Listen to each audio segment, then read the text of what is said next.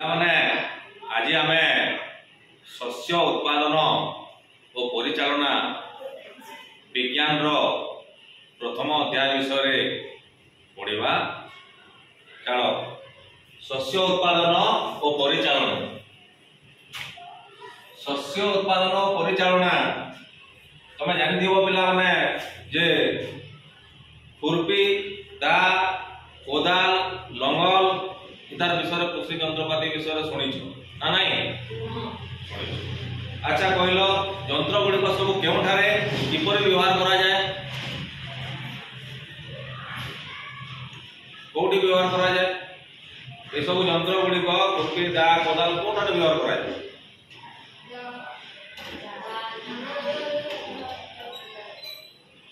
नाम दाइबा माने चाष काम व्यवहृत।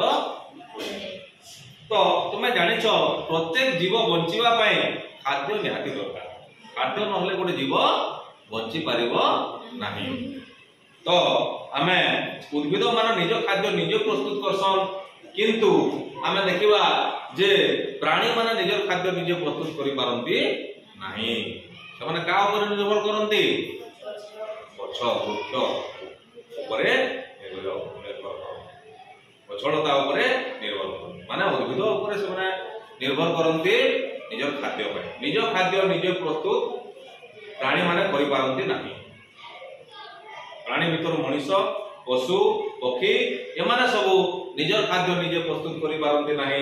से माने तांकर खाद्य पई उद्भिद मानक उपरे निर्भर करते। तापरे प्रथम आमे जानिबा जे आमे खाद्य काहे कि खाऊ। खाद्य खाऊ काहे कि अर्जुन खाद्य खाऊ कहीं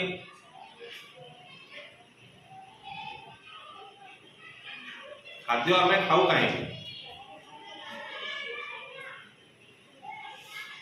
मीना कह खाद्य कहीं खाऊ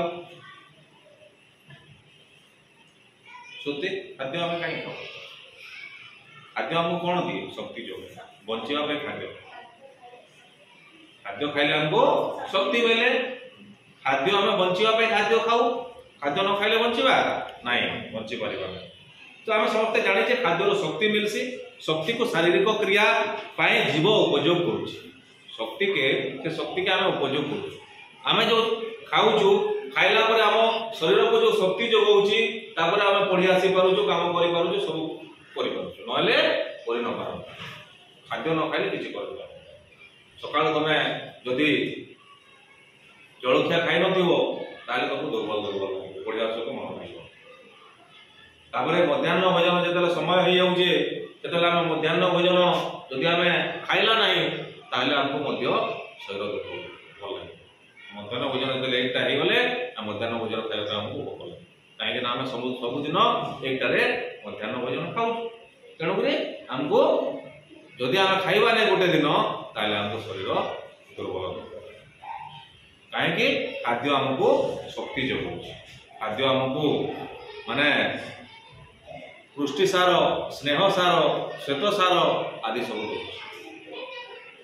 एणु यही कार्य गुड़िक होदि विभिन्न शारीरिक क्रिया उपयोग करवा परिपाक शोषण रेचन आम सब चलुची। परिपाक पहले आम हजम कर शोषण रेचन आमर जहाँ वर्ज्य वस्तु आमर मूत्र साहाय्य कि आमर जो वर्ज्य वस्तु हिसाब से झाड़ा साहाय्य पलि जाऊँ जहाँ वर्ज्य वस्तु शरीर है जहाँ शरीर वर्ज्य वस्तु सब बाहरी एवं आमे हमको कौन जगौचे जो खाद्य भल खाद्य से आम शरीर को माने हमको उपयोग कर शक्ति जगौचे।